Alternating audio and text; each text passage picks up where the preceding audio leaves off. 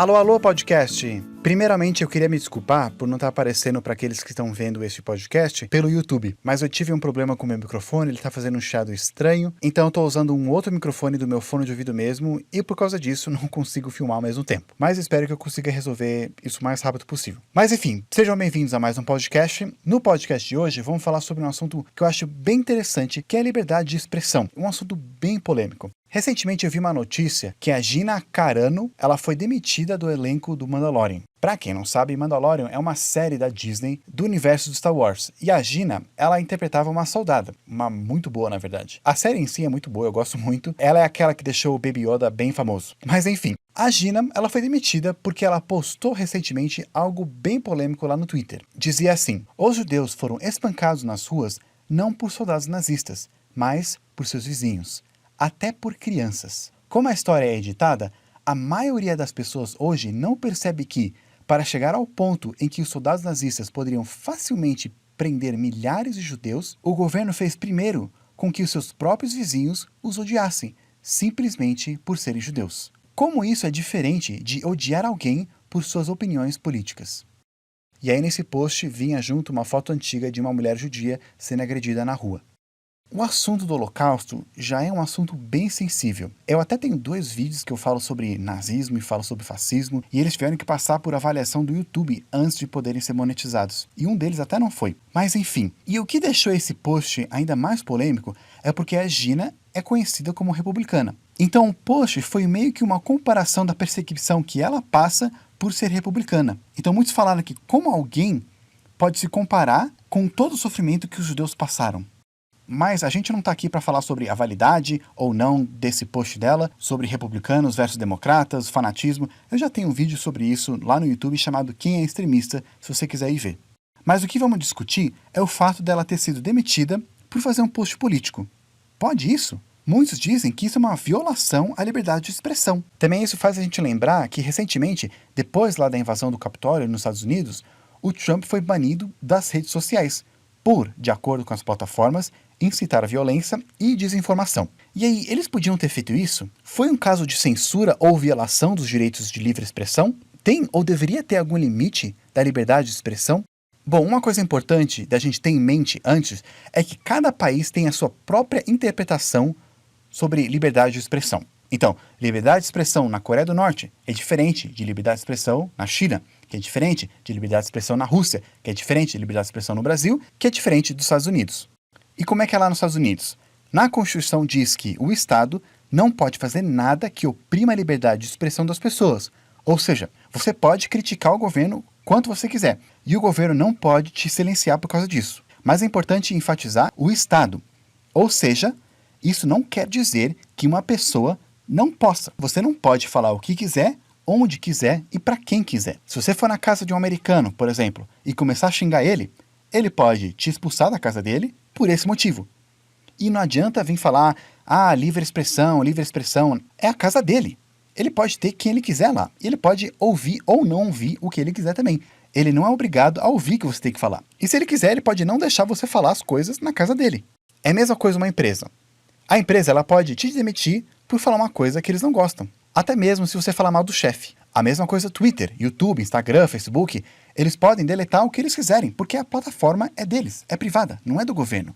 Mas daqui a pouco, mais pro final, vamos falar sobre o papel das mídias sociais e se deveria ou não ter algum controle por lá. Falando em mídias sociais, e as mídias, como por exemplo os jornais, eles podem ser tendenciosos? Porque afinal, o dono do jornal pode publicar o que ele quiser, não é? Nos Estados Unidos é bem mais claro isso. Tem aqueles jornais, por exemplo a Fox, que apoiam mais os republicanos, e tem aqueles jornais tipo o ABC que apoiam mais os democratas. Aqui no Brasil a gente meio que tem isso, mas os jornais gostam de fingir que eles são mais imparciais. Apesar que também depende do momento, né? Tem aquelas pessoas que falam, peraí, a mídia era contra o Lula e agora é contra o Bolsonaro, então ela é contra quem? Mas enfim, o que não pode acontecer é o governo, né, o Estado, impedir ou demitir alguém por ter uma opinião diferente. E no Brasil, como que funciona? Você pode ser demitido se você falar mal do chefe? Vamos ver lá na Constituição, no artigo 4. É livre a manifestação de pensamento, sendo vedado o anonimato. É importante a gente dividir 2 coisas. Liberdade de pensamento é você poder pensar o que você quiser. Até porque o Estado não tem como controlar isso, né? Mas liberdade de manifestação de pensamento é você manifestar o que você pensa em 3 principais formas: verbal, corporal ou simbólica. Verbal, obviamente, é a expressão pela fala, né? Escrevendo ou falando alguma coisa. A outra tem a ver com linguagem corporal, então, por exemplo, mostrar o dedo do meio. E a simbólica é através de simbolismo, como, por exemplo, lembra da época que teve vários protestos nas ruas? Um deles, muitas pessoas iam usando um nariz de palhaço. Isso é uma manifestação simbólica. As pessoas estavam querendo mostrar que o governo fazia delas de palhaço. Então parece que, de acordo com a Constituição, aqui no Brasil a gente também pode se manifestar livremente, sem medo do governo vir te calar. E em lugares privados, você pode falar mal do seu chefe sem medo de ser demitido? Bem, não. O seu chefe ele pode te demitir se ele quiser. Aqui no Brasil, a gente pode sim expressar nossa opinião livremente, contanto que não viole alguma outra lei. Basicamente, se você causar algum dano a alguma outra pessoa. No caso do seu chefe, ele tem 2 maneiras que ele pode te demitir: justa causa e injusta causa. Injusta causa é quando ele te demite por qualquer motivo. Ele não gosta de você, você falou mal dele. De novo, a empresa é dele, ele é o dono, ele pode contratar e demitir quem ele quiser. E aí, de acordo com as leis trabalhistas, dependendo também de quanto tempo você trabalha lá, ele te paga o seguro-desemprego, todas aquelas coisas lá. Mas se ele quiser te demitir por justa causa, que aí ele não precisa pagar nada dessas coisas, ele também pode. Porque lá na CLT, nas leis lá do trabalho, no artigo 482, a linha K diz que você pode ser demitido por justa causa se você fez algum ato lesivo à honra ou boa fama da empresa ou dos funcionários. Então, no privado, assim como lá nos Estados Unidos, você não pode falar o que você quiser e a mesma coisa funciona em qualquer lugar privado. Uma pessoa não pode ir na sua casa e falar o que quiser mal de você. E se ela fizer, você pode tirar ela de lá e ela não vai poder te processar por infringir direitos de livre expressão. E aí no espaço público, você pode então? Pode falar o que quiser? Também não. De novo, você não pode ferir a honra ou boa fama da pessoa. E se você faz isso, você está cometendo um crime. Um crime contra a honra da pessoa. O que é essa honra que tanto fala? É tipo como você se vê e como outras pessoas veem você. É aquele sentimento de dignidade e boa reputação que faz com que você mereça respeito de você mesmo e de outras pessoas da comunidade. Então tem 3 tipos de crimes principais que violam a honra das pessoas: calúnia, difamação e injúria. Calúnia é quando você fala que alguém cometeu um crime que ela não cometeu. Ou seja, você mente, inventa que alguém fez um crime. Por exemplo, você fala para as pessoas que Joãozinho matou a esposa dele. Ou seja, cometeu um crime. Isso é calúnia e você pode ser processado por isso. Difamação é quando você inventa alguma coisa que a outra pessoa fez e que machuca a imagem da pessoa. Então, por exemplo, o Joãozinho chega lá e inventa, fala que o Pedrinho está traindo a esposa dele. Isso é uma mentira e que está machucando a imagem do Pedrinho e o João pode ser processado por difamação. Injúria é basicamente quando você xinga alguém de uma maneira que afeta a autoestima daquela pessoa. Então é interessante que os primeiros 2 têm a ver com o que os outros pensam de você, como os outros veem você. E o último tem a ver de como você vê você mesmo. Então qualquer coisa que a pessoa chega lá e começa a fazer bullying, começa a te xingar, e você se sente mal, né? Você se sente prejudicado, você se sente injuriado.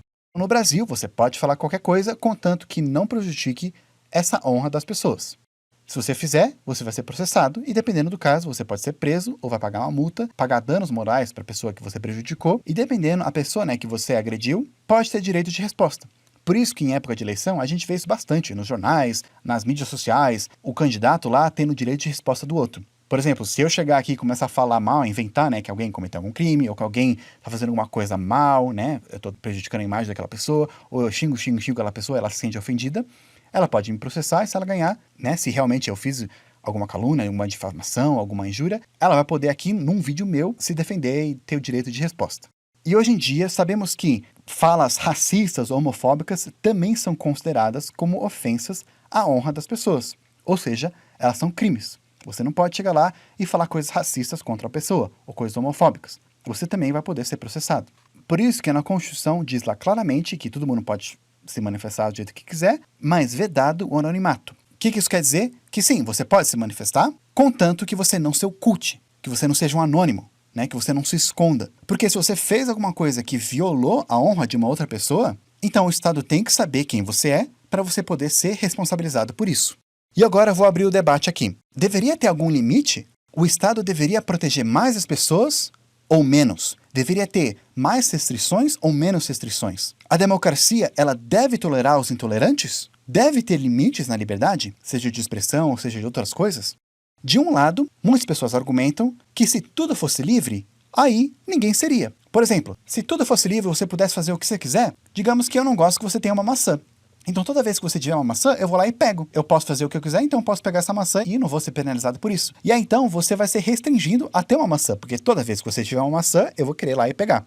Ah, Davi, mas roubo, assassinato, essas coisas são casos extremos. E sobre liberdade de expressão? Tá bom, digamos que eu não goste que você tenha uma opinião. Então, toda vez que você se manifestar dessa opinião, seja escrevendo ou falando por aí, eu vou lá e fazer bullying contra você. Vou lá falar mal de você, xingar, fazer você passar vergonha, fazer coisas que na próxima vez você não vai querer se expressar com medo de sofrer bullying e retaliação. Eu estou restringindo a sua liberdade de se manifestar. Ou seja, mesmo não tendo Estado para restringir a liberdade das pessoas, outras pessoas acabam fazendo isso, porque ninguém está impedindo que elas façam, porque tudo é livre. E aí então eles argumentam que deve ter alguns limites, algo que todo mundo, pelo menos a maioria, concorde, como por exemplo roubar, agredir fiscalmente, agredir verbalmente, etc. E aí muitos falam que esse é o papel do Estado, ele que deve então criar leis para proteger as pessoas. No caso de liberdade de expressão, cria leis que protegem a sua honra, e você pode ficar tranquilo que ninguém vai vir aí te prejudicar por pensar de alguma maneira. Se ele fizer, ele está quebrando a lei, e aí o Estado vai lá e pune essa pessoa.